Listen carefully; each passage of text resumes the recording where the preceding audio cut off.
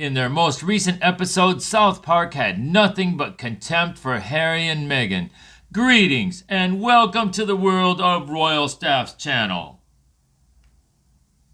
South Park, the adored animated comedy program, enters the fray as the world continues to discuss the conflict between the royal families. They took a direct shot at Prince Harry and Meghan Markle's departure from their senior royal responsibilities in their most recent episode, the Global Privacy Tour, and boy did they not hold back. Nevertheless, South Park did more than just make fun of the pair. They did their research and revealed some fascinating things. They emphasized how the Markles attempted to manipulate words when they insisted they desired solitude. They mentioned the couple's failed endeavor to challenge stereotypes around the world as a result of their own deeds. That is now utterly ludicrous. The minds of South Park couldn't have been more excited to explore this subject. They have previously made fun of William and Catherine and made no scene. What gives Meghan the right to make such a huge deal out of it now? She should probably put everything down to Prince Harry's frozen todger, right? Ironically, her removal of manhood has returned to undermine her reputation as a serious feminist, philanthropist, activist, and world healer. They have entered the conflict between the royal families and provided a funny interpretation of Harry and Meghan's private tour. These guys can make fun of anyone, and it's obvious that they did their research on the Markles. Come on, with this whole privacy thing, who are they really trying to con? Everyone in the world can see right through it. But let's face it, South Park's irreverent humor hasn't always had the Markles as its target.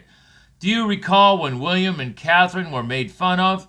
Did they create a scene? No, they simply made light of it. It's unfortunate that Harry and Meghan can't laugh at themselves. Even more ironic is the fact that the masculine Meghan removed is now ruining her, despite the fact that she calls herself a feminist, humanitarian, activist, and healer of the world.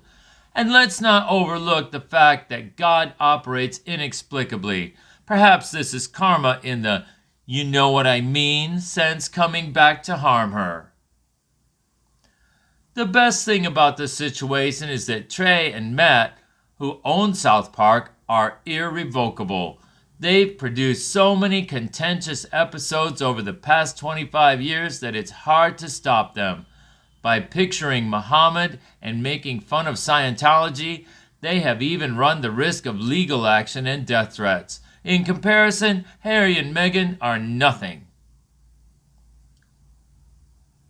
One commentator seems to have developed a position on the subject, as evidenced by their statement. What the British, American, or any other national press stated about them doesn't matter to me.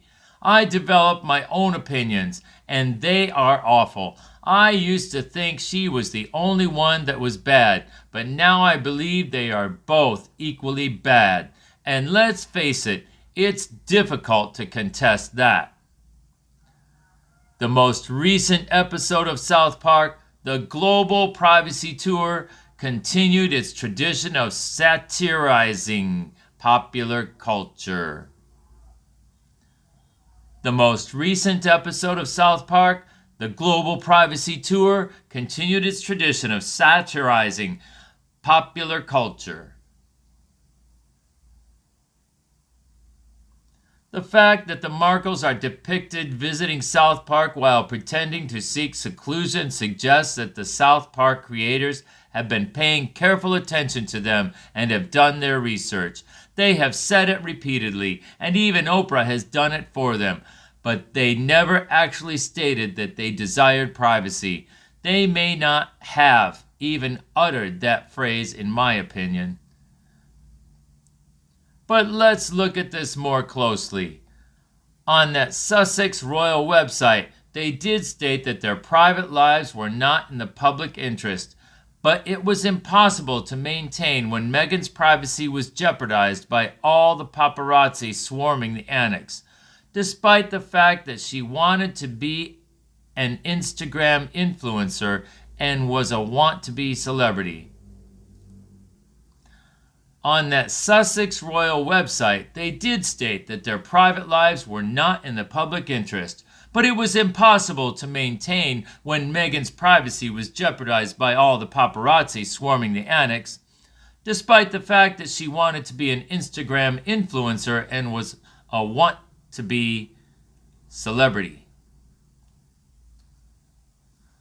On that Sussex royal website, they did state that their private lives were not in the public interest, but it was impossible to maintain when Meghan's privacy was jeopardized by all the paparazzi swarming the annex, despite the fact that she wanted to be an Instagram influencer and was a wannabe celebrity.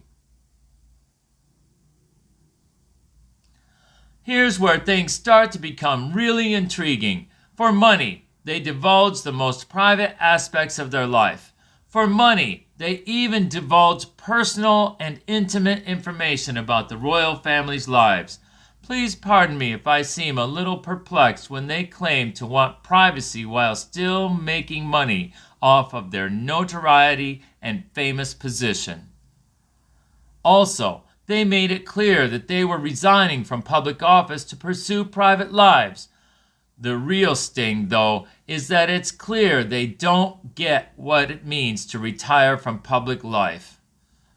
They requested a private life from Queen Elizabeth II, yet they nevertheless appear in public, publish books, and express their thoughts on everything. They appear to desire all the benefits of public life without any of the scrutiny or criticism. The couple's continual search for seclusion was hilariously mocked in a recent episode of South Park. In one scene, when visiting a talk program in Canada, Harry and Meghan hold posters that read, "Stop looking at us," and "We want our privacy." The host criticizes Harry for writing the book Spare, saying that because he's had everything handed to him, how could his life possibly be difficult? The host then continues to make fun of Harry's book by renaming it Wah! Which is really absurd. Meghan interjects and mocks the journalists, indicating that they are ignorant when the prince tries to speak. Simply put, the interviewer says, "So, you despise journalists?" Harry responds in the affirmative, and the host then comments on how ironic it is that he has published a book about the royal family, making him a legitimate journalist. Then Meghan interrupts once more, stating that they simply want to live normal lives and that the attention is difficult. This may seem like a good point, but it's difficult to take seriously given that the pair sells information on the royal family and reveals private and intimate parts of their lives for profit. Although the South Park episode was meant to be funny, it was also harshly critical of the pair. Meghan was also referred to as a bitch on the show, which is hardly a compliment.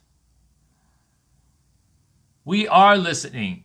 I'm here to tell you, we just don't think you're real. Your unchangeable narrative is being ignored. The internet is intelligent and will not be misled. Face it, Meghan and Harry lack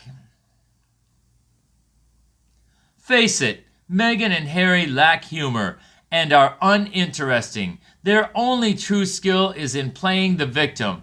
They are wholly deserving of mockery, and ridiculous things like maintaining their victim position will just alienate more people. Do they believe that the majority of people have goldfish's memories? They actually fled Canada and spent months living at Tyler Perry's estate because they were worried about the media and desired privacy. In order to have more privacy, they even added more screens to Tyler Perry's Hollywood Hills home. It's time for Harry and Meghan to move on and acknowledge the repercussions of their conduct. Get out of the royal kitchen if you can't bear the heat. Move on, their press secretary Ashley Hansen recently advised the New York Times. The tabloid media is weaving a wholly false narrative that has crept into news coverage and public opinion, despite the fact that they are taking control of their own story and how they tell it. The truth is plainly visible to them. But let's face it, they won't quit anytime soon. Isn't that the whole point? The word sharing is too polite to describe what they're doing. Usually, when people share something, it is because they want it. In this instance, though, they are forcing it down our throats without even getting our permission. It's amusing how words can be used to steer and direct a story, because it sounds less imposing and opinionated than tell. The word share has replaced that usage. But let's face it, Meghan actually wants us to control the discourse and present her vision of the facts when she shares her story. She's not just talking to you, she wants you to believe her story without question. If you don't believe her, it seems like you're breaking away from an emotional embrace. But the truth is, despite 2 years of non-stop sharing, we still don't know much. Who allegedly said the racial slur? How did they first meet? What led them to depart the UK? What is happening with their children? It's all just a collection of words with no real significance. I appreciate your patience so far. Don't forget to click the subscribe button if you enjoyed this material. We value your time and look forward to speaking with you soon.